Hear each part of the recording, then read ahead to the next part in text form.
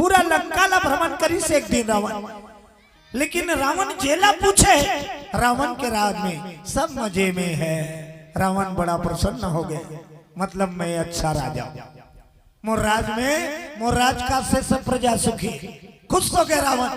अब घर में लौटी गली रहा, लेकिन जर के जब घर में आई अब घर में खुशरी तो कर घर वाली मंदोदरी रावण के भाई वो बैठे बैठे रोवत रहा। वो पूरा पब्लिक खुश से है, घर वाली दुखी।